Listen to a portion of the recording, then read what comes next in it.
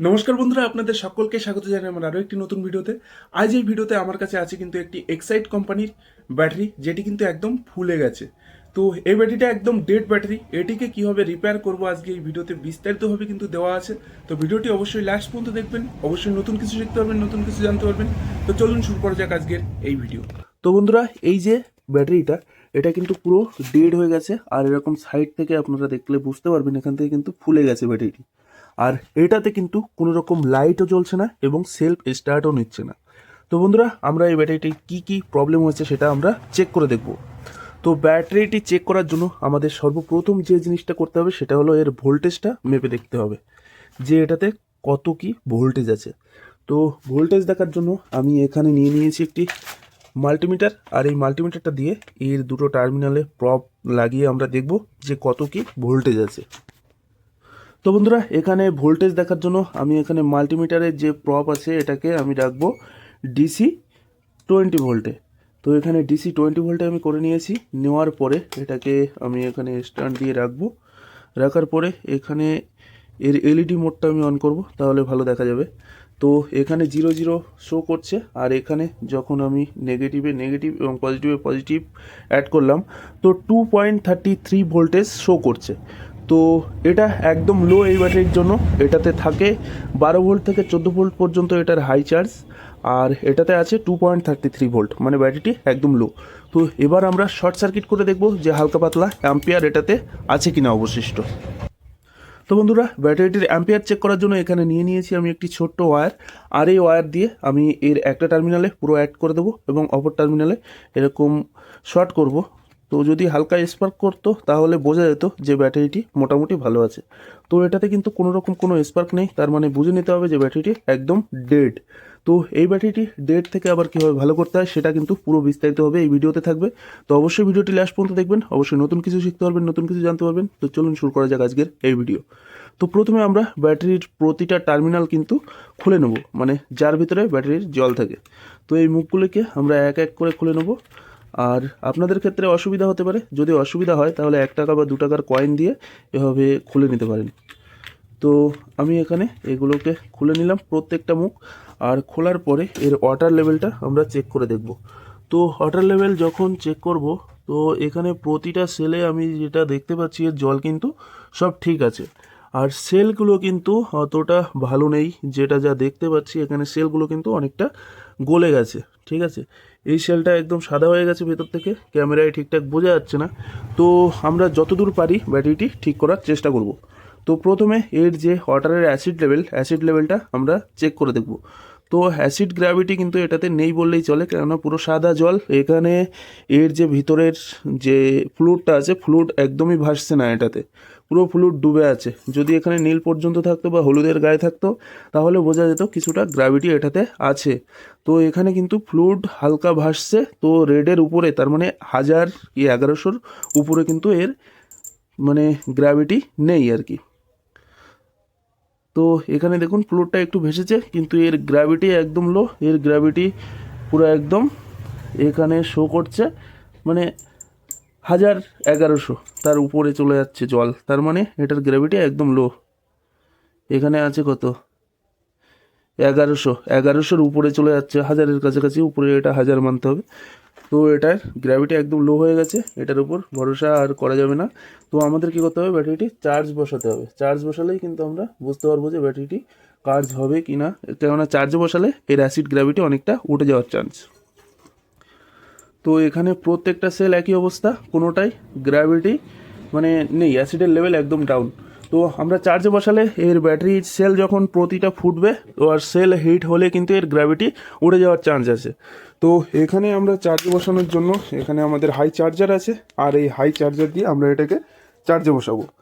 আর আপনাদের ঘরে যদি এরকম ব্যাটারি থেকে থাকে যেগুলো একদম ডাউন হয়ে গেছে, অ্যাসিড গ্র্যাভিটি একদম লো, সেই ব্যাটারিগুলো কিন্তু আপনারা কি করবেন, সোলারের সাথে অ্যাড করা থাকবে।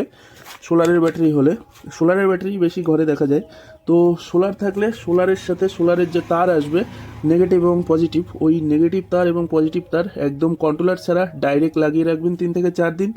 রাখার পরে দেখবেন ব্যাটারি আস্তে আস্তে ফুটতে শুরু করেছে। তখন ভাববেন যে এর গ্র্যাভিটি একদম উঠে গেছে, তখন ব্যাটারিটি কিন্তু আবার চালানোর যোগ্য হয়ে উঠবে। ঠিক আছে, তো এখানে আমি নেগেটিভ এবং পজিটিভ ওয়্যার নিয়ে নিয়েছি আমাদের চার্জারের।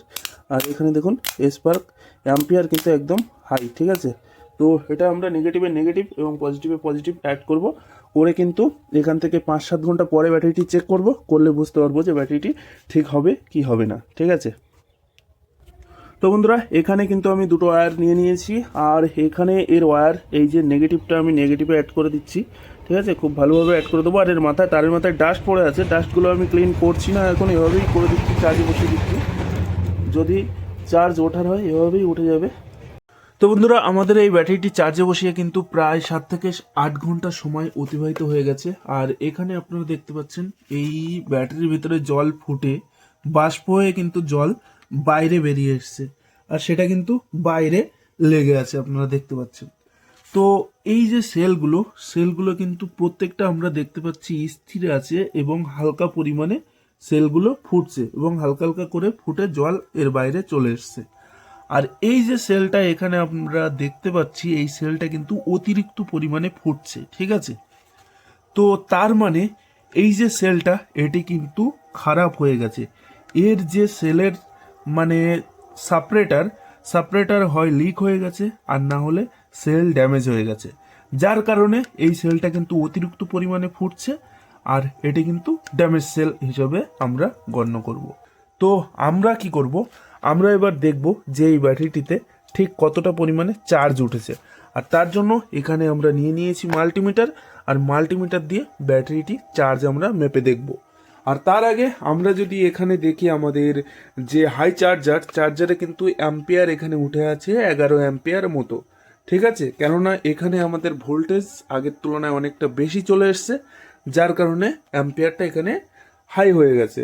আর এটা আমরা 6 থেকে 7 অ্যাম্পিয়ারে রেখে গিয়েছিলাম, এটা আরও কমে যাওয়ার কথা, তো আরও বেড়ে গেছে, কারণ আমাদের লাইনে ভোল্টেজটা একটু বেশি চলে এসছে। তো এখানে এই যে ব্যাটারিটি কিন্তু যথেষ্ট পরিমাণে হিট হয়েছে, গরম হয়েছে। তো তার মানে এই যে অ্যাসিডের যে গ্র্যাভিটি, ব্যাটারির অ্যাসিডের গ্র্যাভিটি কিন্তু পর্যাপ্ত পরিমাণে উঠে যাওয়ার কথা।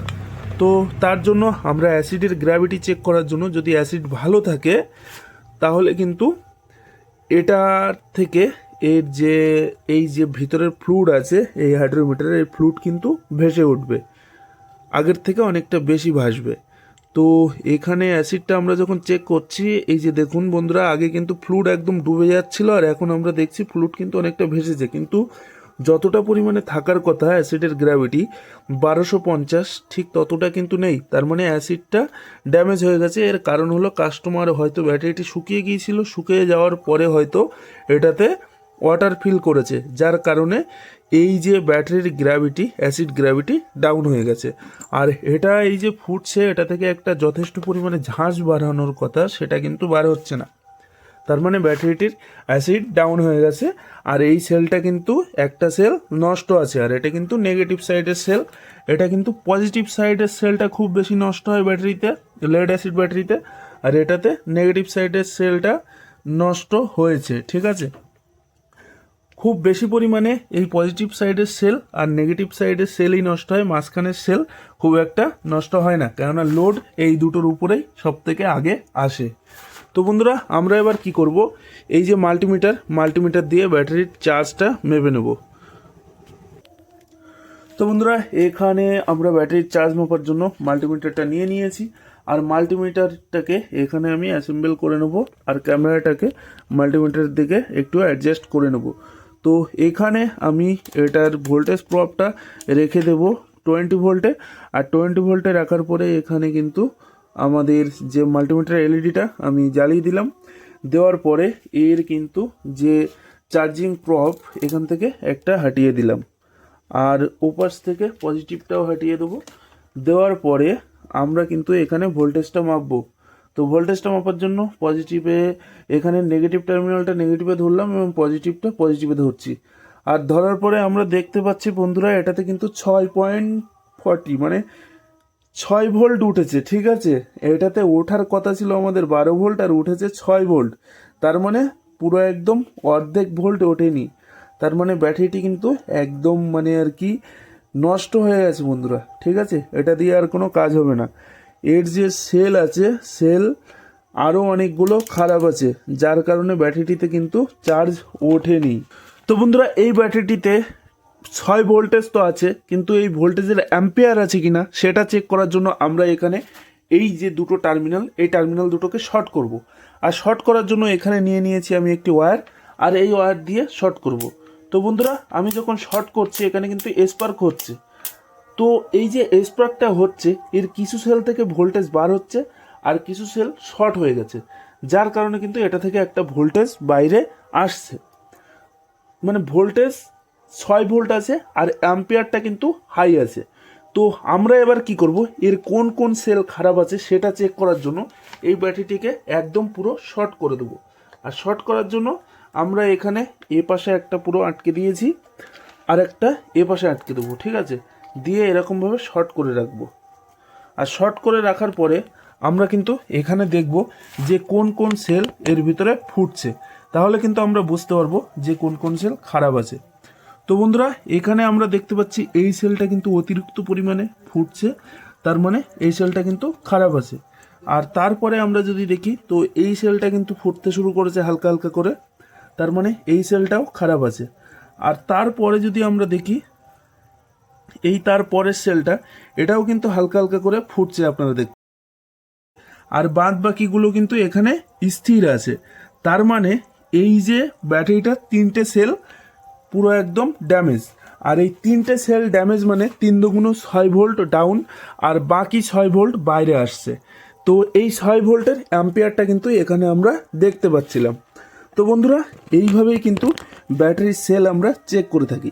তো ভিডিওটি যদি আপনাদের ভালো লাগে তাহলে অবশ্যই লাইক করবেন এবং কমেন্ট করে জানাবেন কেমন লাগলো আজকের ভিডিও। তো বন্ধুরা, আজ এই ভিডিওতে আমরা কিন্তু এই ব্যাটারিটি পুরো একদম সম্পূর্ণরূপে মেরামত করতে পারলাম না, আর মেরামত কিন্তু করা যাবে এই ব্যাটারিটি।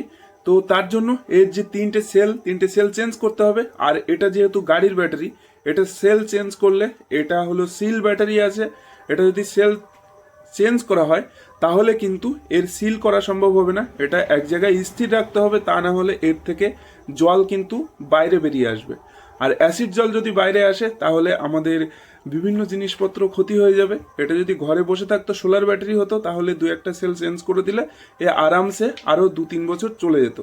তো এই ব্যাটারিটা যেহেতু গাড়িতে ইউজ হবে, তো এটা ফিলামেন্ট টাইপ লাইট কিন্তু মোটামুটি এটাতে হালকা পরিমাণে জ্বলবে, মোটামুটি কাজ চলে যাবে।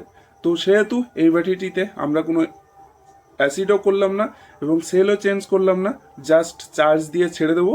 কাস্টমার এটাকে কিছুদিন ইউজ করে আবার স্ক্র্যাবে দিয়ে নতুন ব্যাটারি নিয়ে নেবে।